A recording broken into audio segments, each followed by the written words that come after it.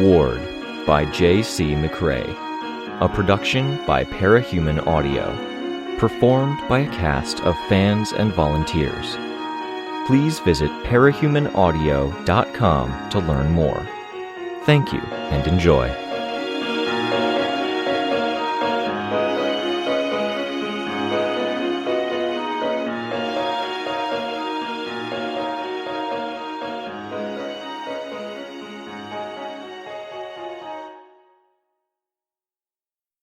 Arc 10, Polarize, Chapter 3.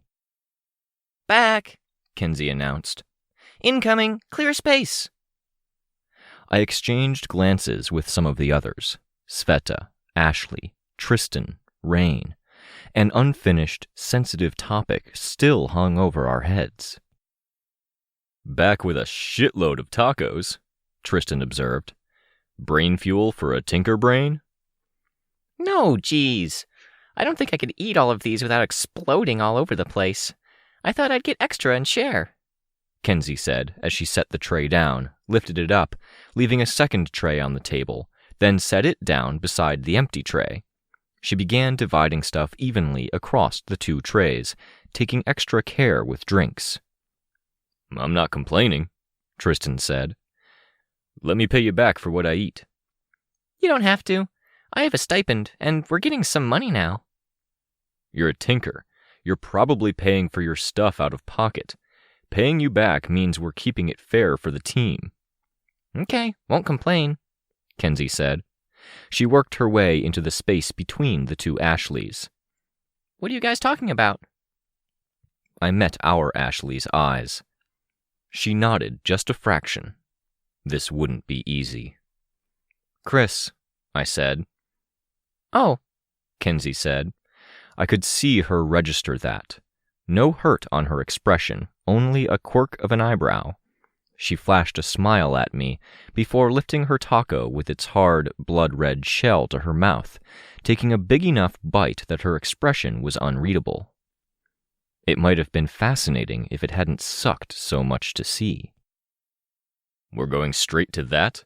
Tristan asked me. Kenzie held up a hand until she'd finished chewing and swallowing. To what? Chris? Why not? Because I'm here? Here's the deal about us talking about it when you're not here, Kens, I said. We don't want to leave you out, and I want to minimize the secrets we're keeping, but this is tricky. So we touch base with each other. We ask each other how best to do this kind of thing. Uh-huh, she said. She took another bite, turning her head sideways. Before biting, she said, I got you iced tea, by the way. I dented the lid. Deflection after deflection. The bite of food, pointing out the iced tea. Would Sveta register that Kenzie was off? Would Rein? Tristan? Aaron? I leaned over. Out of the drinks she'd balanced across the tray, the plastic lids had little buttons that could be depressed to show what type of drink it was. I grabbed the iced tea and didn't think too hard about how Kenzie might know it was my go-to drink. I'd think on it later. We checked with each other before bringing it up, just like you guys probably talked about how you wanted to keep Amy's involvement with Goddess a secret at first, because it would have been awkward and unnecessary. Kenzie nodded. That was fine for me. We wanted to figure out if it was fine for you. It needs to be talked about. Is that okay? Yeah, she said. Gotta talk about it. 100%. So long as we're fair. I know he did something weird and betray the other night, but I think he would have had to have good reasons. He's always kept things close to the chest, I said. He had a lot of secrets, Tristan said. But when someone like him tells you who they are, believe them. He told us what motivated him. He wanted to dive headfirst into the intense, powerful Cape stuff. He was grumpy about being left out of the visit to the WHQ, and he was perfectly happy to be in the midst of the Fallen thing. Now he's maneuvered to be in the midst of the Earth Shin thing. I don't like that interpretation, Kenzie said. Why not? It's fair, Tristan asked. Because it makes it seem like he schemed his way through it all. Isn't it better to give him the benefit of a doubt and be wrong than to not and be 100% worse than we could pretend he is? Honestly, I like giving him the benefit of a doubt, Rein said. I know how shitty it can be to not get it. I'm not painting him as the bad guy here, Tristan said. Okay? There's no need for doubts or benefits of the doubt. I'm laying out basic facts. This is what he always wanted, and this is what he was open about, and it's what he ended up doing, apparently. Going to where the powers are. The reason I don't like it is that if you put it that way, it sounds like we were only a means to an end, and I refuse to believe that. That, Tristan started. I moved my hand, indicating for him to stop. Let's take 5, I said. Sure. Sorry, Kens. It's fine, Kenzie said with a shrug. I'd been able to see Tristan starting to get riled up for a debate. I'd seen it a couple of times before, and my gut feeling was that when it came to facts against feelings, and the facts came from someone as convicted and diehard as Tristan, the feelings from, well, Kenzie, there was no way it would end well. Others were taking food from the tray. I waited until people had made their choices, then took a wrap. Aaron and Rein ducked out, heading to one of the other vendors. A burger place had just opened for lunch. Patty's Patties. That took me back. If I had to go back to earliest memories, then fuck. One of my 5 or 10 earliest memories of Amy was from a family trip. Would have had to have been, since the franchise wasn't in Brockton Bay. She'd been outright weeping because she'd been so bothered by the decorations around Patty's. Whole herds of tiny cartoon cows marching off assembly line style through the process of getting carved up and served, then dining on burgers. Sure enough, the cartoon design had been updated to something more clean around the edges, but right beside the store's sign was a cartoon cow with a knife and fork, disembodied upper body floating over the pelvis and legs, and a slice cleanly removed from its middle. Because of the design, it had no expression, only vertical lines for eyes and 2 circles inside an oval for the nose. Of all the things to survive the end of the world. Rein ventured partway back, with Aaron hanging closer to the counter. Order put in, and he was close enough to listen in while waiting. Kenzie took another bite of her food, then sniffled once, before reaching for a napkin. She dabbed at the corner of one eye, then wiped at her nose. "Kens," Sveta said. "You okay?" "This taco is really, really spicy. I had no idea." Kenzie said, her voice distorted by the spice. She made a small cough, then thumped her fist down on the table. "It really is," Tristan said. Reconciliation? Middle ground by way of hell tacos? "I was worried you were really upset," Sveta told Kenzie. "I don't get weepy," Kenzie said. "I am slightly annoyed. Chris had a hard time with people, but he showed he cared in other ways. He cared about my stuff. He listened to me blab on about my work when others would run away. He was always upfront about calling things out the way he saw them.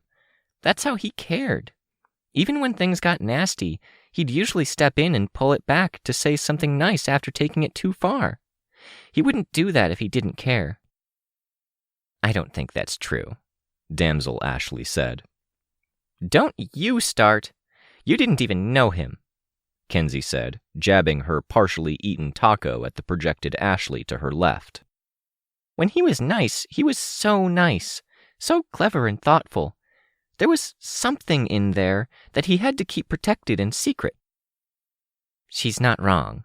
I've told you that you have to watch out for people like that," our Ashley said. "When someone treats you badly 9 times out of 10 and treats you really nice the rest of the time, that means they're bad for you. It's easy to fake being nice the 1 time out of 10. "He wasn't nice only 1 time out of 10, okay? Please and thank you," Kenzie said. "He was the first friend I ever made that was close to my own age, who stayed with me more than a couple of weeks. He listened to me geek out and watched stuff or read stuff because I mentioned it. He's one of only a couple people I ever knew who understood what it was like to be 100% lonely. 100% lonely? Sveta asked. I think a lot of people have experienced that. I don't know exactly how to put it. A bunch of people here probably get it, or they got a taste of it, Kenzie said. You don't get powers unless you don't have anyone to turn to or something. But there's a difference between being totally alone the once and being totally 100% alone because that's the way things are, or it's the way you are, and it's a pattern. And because it's a pattern, you'll probably be this alone again in 5 or 10 years. It's a loneliness that's lonelier because there's no way it can get better. I think you'd be surprised how others relate to that, Sveta said. I guess so, Kenzie said. I haven't thought that much about it. I hope you know that pattern ended here, our Ashley said. I am with you. Except you promised me that and you went to jail, Kenzie said. She stopped herself, then smiled at Ashley. Sorry to say it like that. You did stay in touch, but you did go to jail too. I saw Ashley digest that, then nod. Anyway, that pattern? There's more to it. Chris gets it, I think. He welcomes it, encourages it. We're different because I don't want it, but he and I have that common ground. We've both nosedived into big projects that you can only really do if you don't do anything else, and we can talk about those things. That was a me and him thing. Hobbies? Rein asked. Hobbies feels like too much of a group thing. Anyway, I was talking with him about it not all that long ago, especially over the summer when there wasn't school, and I remember thinking it would be so nice to do that for a long time. It made so much sense because we had that common ground, right? I kind of fell in love with that idea, and I fell in love with him at the same time. Not regular love. It was a bit different this time.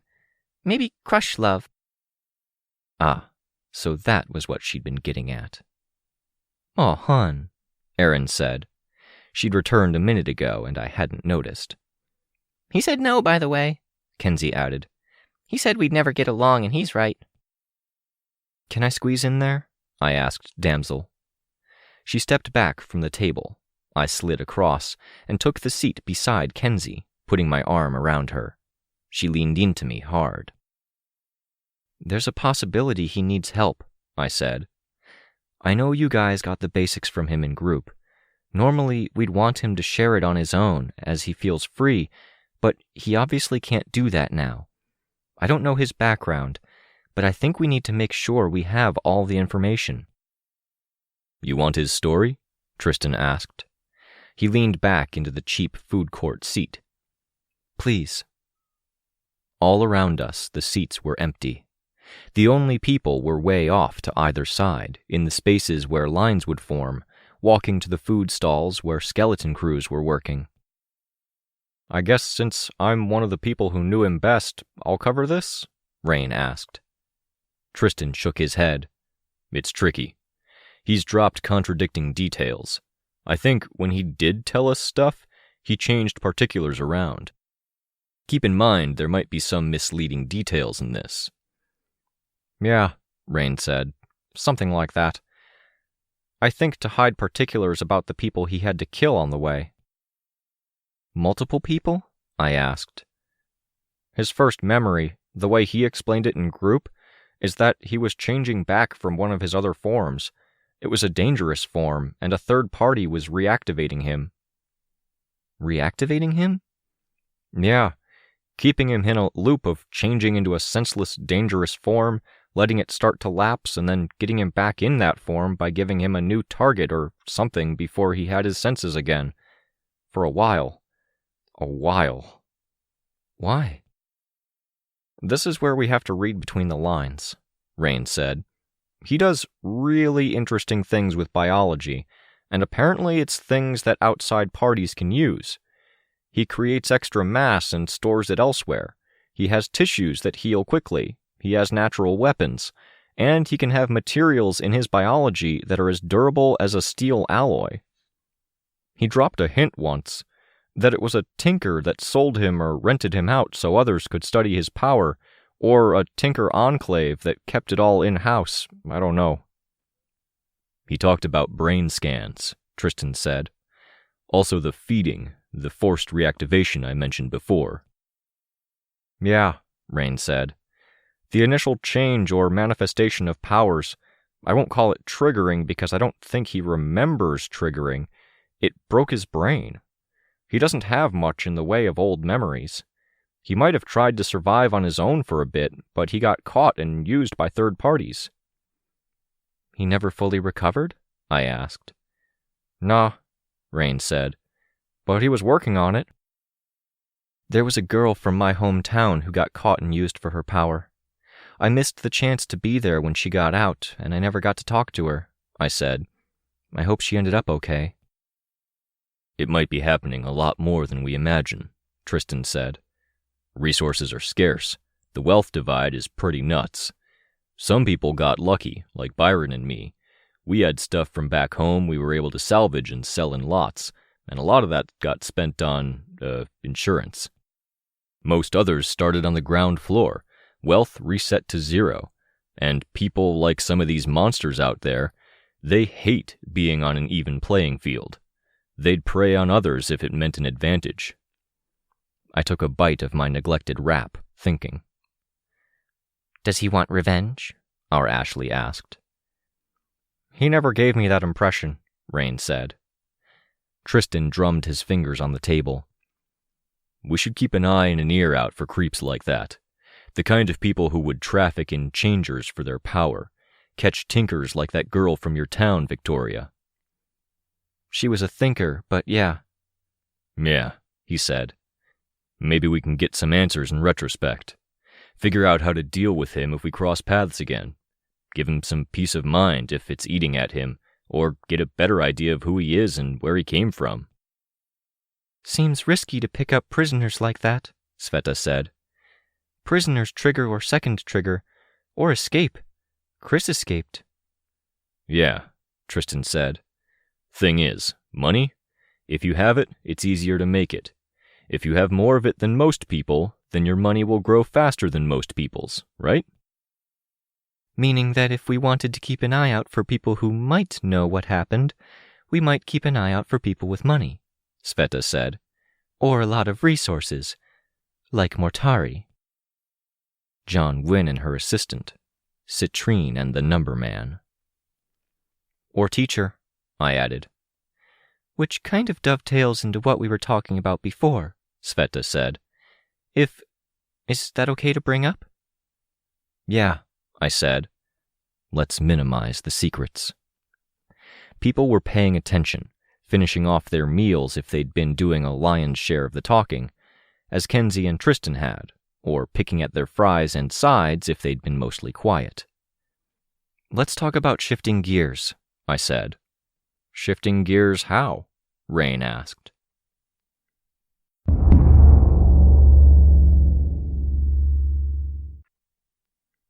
Foresight, Shepherds, Advance Guard. The three biggest teams that acted as teams. The Wardens might have counted, but the Wardens weren't present, and I wasn't sure they were a team by definition. There were smaller teams, too. The Major Malfunctions, the Lone Wolf Pack, Paint Fumes, Super Magic Dream Parade, the Keepers of Peace, Green and Barrett, the Homunculus 3, the High Road, the 5th Brigade. This had started out with just a discussion with Foresight. We'd cooperated the most in the past. They'd been there when Amy had left with the prison population. From there, it had been a question of selling things to the Shepherds, led by Moonsong, who had her doubts about Tristan, and to Advance Guard, who had their doubts about me. Once we had the big teams on board, it had been a question of figuring out who would accept and who would refuse. The Major Malfunctions were easy, eager, looking to help. Others were scared. These guys, who were approaching to stand in front of me and the rest of Breakthrough, looked scared. The leader was hardest to read because his bodysuit was skin-tight, capped off with a helmet that hugged his head, an opaque black visor covering his face. The decoration was also the wiring that connected his nervous system to the enormous portal that he wore on his back, the size of a pair of motorcycles. It was only by the device's hovering capability that he was able to venture indoors with it, though the pack did scrape up against the sides of any door he passed through. A young teammate of his had a tall, muscle-bound brute projection around and above her, carrying the weapon that went with the portal. The third member of the group wore a bodysuit that was so heavily decorated that the theme was lost in the jumble, all whites, reds, blues, and oranges, with some revolving segments. The mask looked like a door knocker, complete with a heavy metal ring. "This is ominous," Accession said. The machine at his back whirred as if reacting to his emotions. I held out the pamphlet we'd put together, one for every team. "You're a mercenary group," I said. "Heroes for hire. You take bids for the most pressing jobs and you do your best to achieve them. If you fail, you refund, right?" "Right. We have a pretty decent track record, considering the difficulty of some of these jobs." "I would like to improve that track record," I said. "You're a tinker, right? You didn't get the tech from someone else? I know some tinkers do that to stay out of trouble." "It's my tech." "Page 7, I said. The representative members of the other teams were all gathered, listening and waiting. "Tinker notes," Accession said. He twisted around to show his teammates. "Doesn't mean anything to me," Mamori said. "It's nice," Accession said. "But you wouldn't have everyone here if you wanted to trade tinker work." "If you think that's something you can use, you can have it, courtesy of Lookout here. You can also have a turn at looking at the tinker tech of every person here. If you get on board, agree to some rules, you can get an edge." "We make okay money. This is stuff I can buy," Accession said. "I can get it without selling my soul." "No soul required," I said. "Only cooperation and information.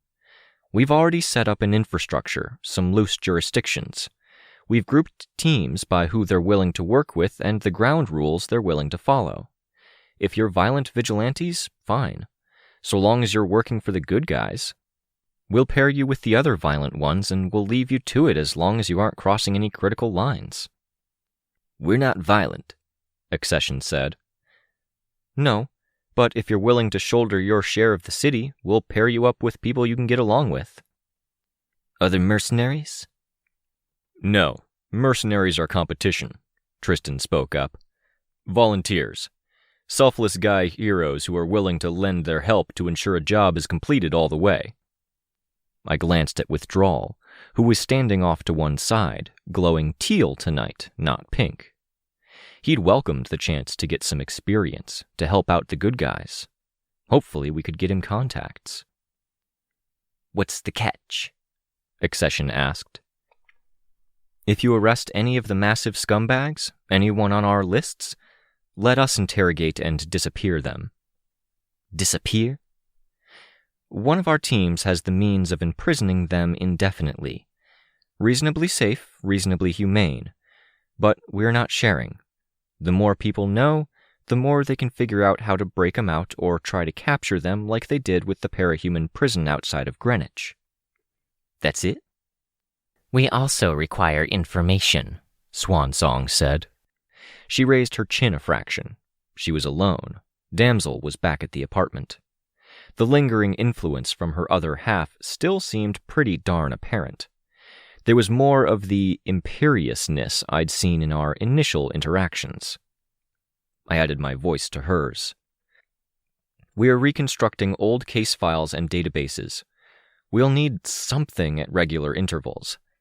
It can be old information on current threats. It can be second-hand information, bought from others here and contributed with your own hand.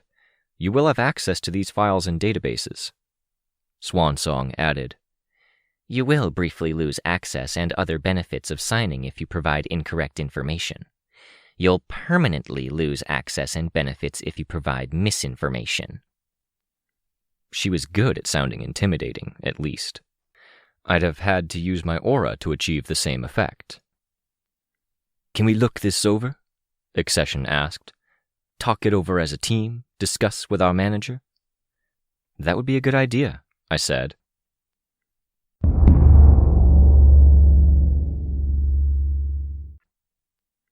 The floor of our headquarters had a Capricorn-created pad of flat ground near the door, from my altercation with Amy. The building felt smaller than it once had, and I wasn't sure if it was because she had been here, instilling a claustrophobic effect. We'd reached out to every team that would listen. We'd used the teams that had been willing or interested to get others to the table. Hours of meetings, of handing over packages where rules and tech were outlined.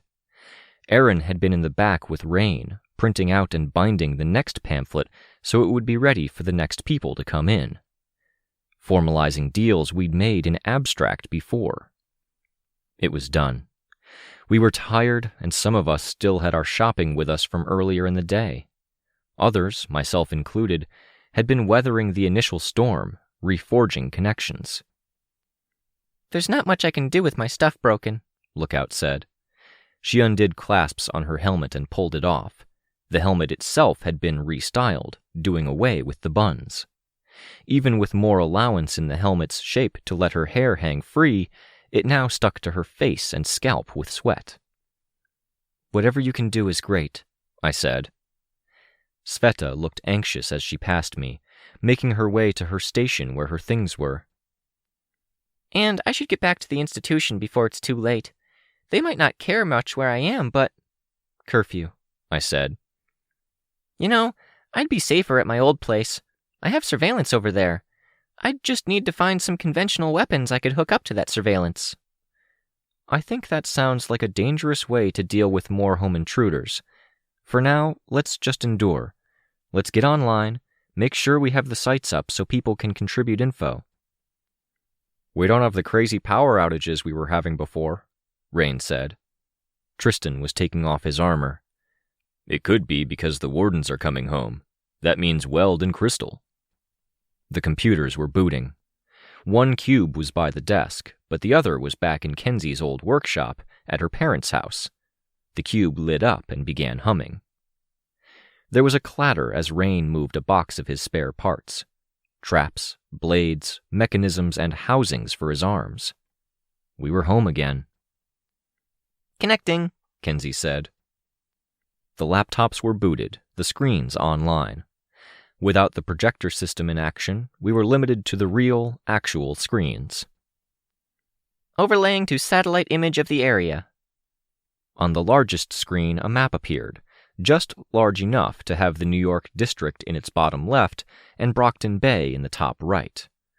Icons with their own abbreviations worked into them were scattered across the city, many flowing from the same general point. Good for now, but before we stumble onto anything too sensitive, we need to put the unwritten rules protocol in place. I can't promise it's going to work perfectly, Kenzie protested. It's okay. She hit a key, and the screen went dark. We'd brought Foresight on first. Foresight had thinkers, and their thinkers could read people for trouble. We'd scanned all of the heroes coming in, and we, through tags on the pamphlets and tags surreptitiously placed on people, had established a way to track movements for the next few hours.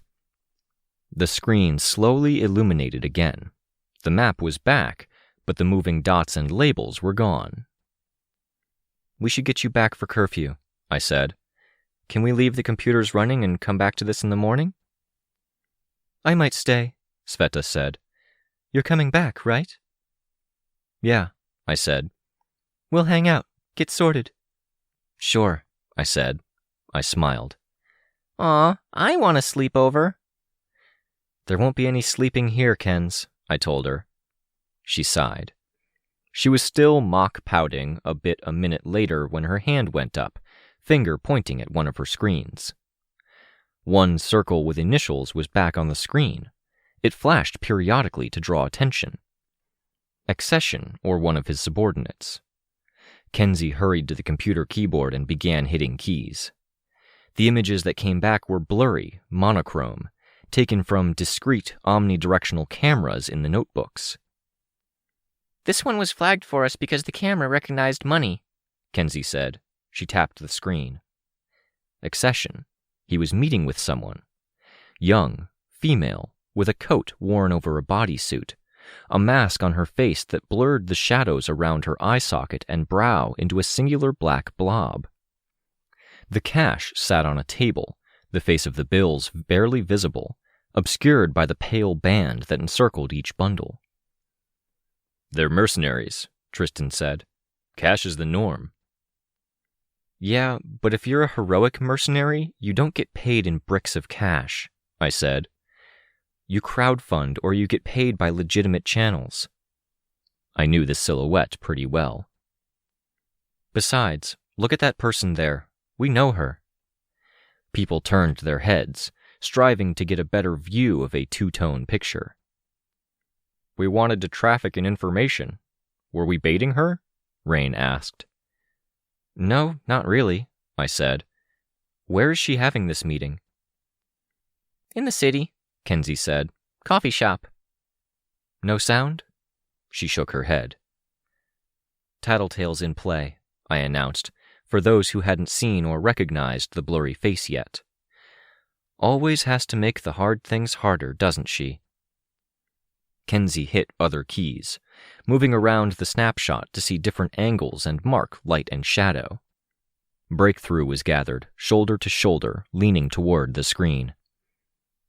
"Nothing else that's useful," Kenzie said. "That blur might be Chicken Little." "You can't enhance, Rein asked. Kenzie shook her head. "My tech isn't all that right now." We broke away. I saw one or two people rubbing their hands together and blowing on them. It was an issue with the rushed constructions that so many lacked good insulation. The snow was coming down outside, and the snow would insulate some if I remembered right, but I was pretty sure it would have to be a lot of snow. We'll have to buy heaters, I thought. I wonder if Tattletale is comfortable where she is, or if there's a reason she's this far from home. "I can take more pictures, but it's going to burn out the tracker by the 3rd or 4th, Kenzie said. "Also, it might cause radios or walkie-talkies to sneeze." "Sneezing is a funny way of putting it," Rein said. "If we're laying low and keeping an eye on things from here until we're needed, I need a project. You're okay, Ash?" "I'm fine," Ashley said. "No sparks, no twitches. The fingers move like they should." "Sveta?" "Oh, the tentacles?" "Yeah," Rein said. "Do you want something similar? I can adapt. Obviously, I'm limited." I was silent, watching the monitors. One with the map, the single blinking icon, moving slowly across the map. Another with the two-tone snapshot of Tattletale meeting Accession. "Not tentacles," Sveta told Rein. "What about something more human?" "I might have ideas. They're going to have to wait. The powers are rolling out randomly, ebb and flow, and Cradle got most of them last night. I'm working with baseline Rein Tinker Tech." "I'm not in a rush," Sveta said. "I'll come up with something. For now, I'm going to work on arms for myself, but I haven't forgotten." "It's okay, whatever you do. I'm fine. I'm grateful." I watched as the dot continued moving, faster this time. Car? Dog? Let's wait and see where she stops, I decided.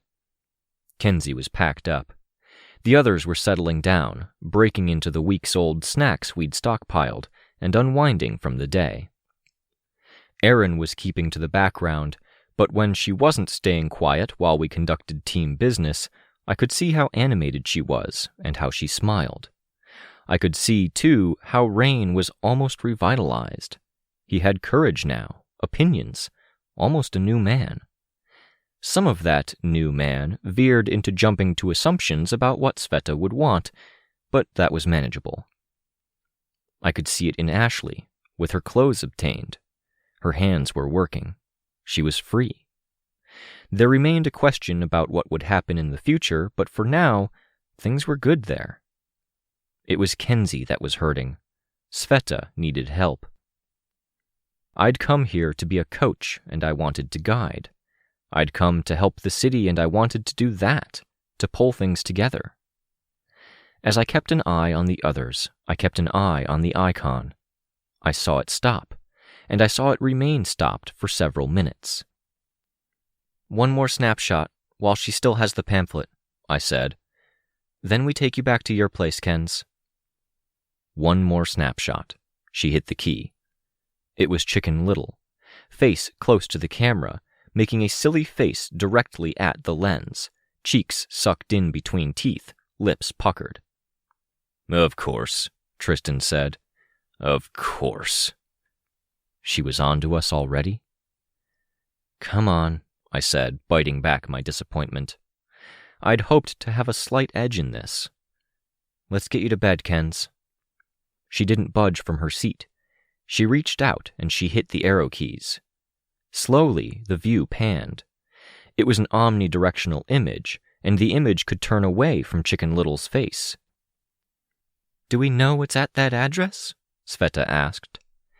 Kenzie kept the key held down while navigating with her mouse.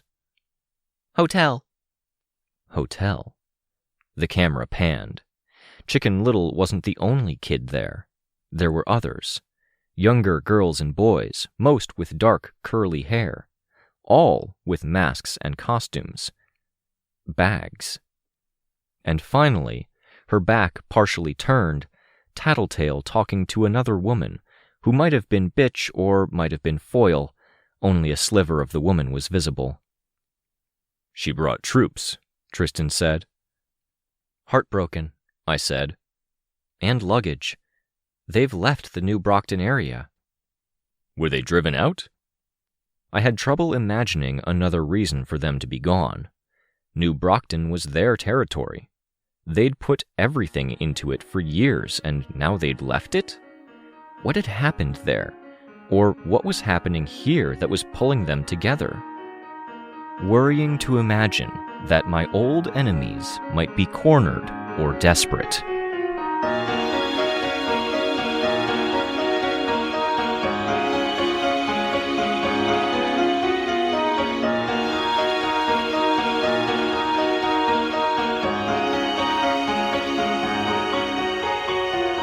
This was a production of Ward by Parahuman Audio. Ward and the Parahuman stories are written and owned by J.C. McCrae.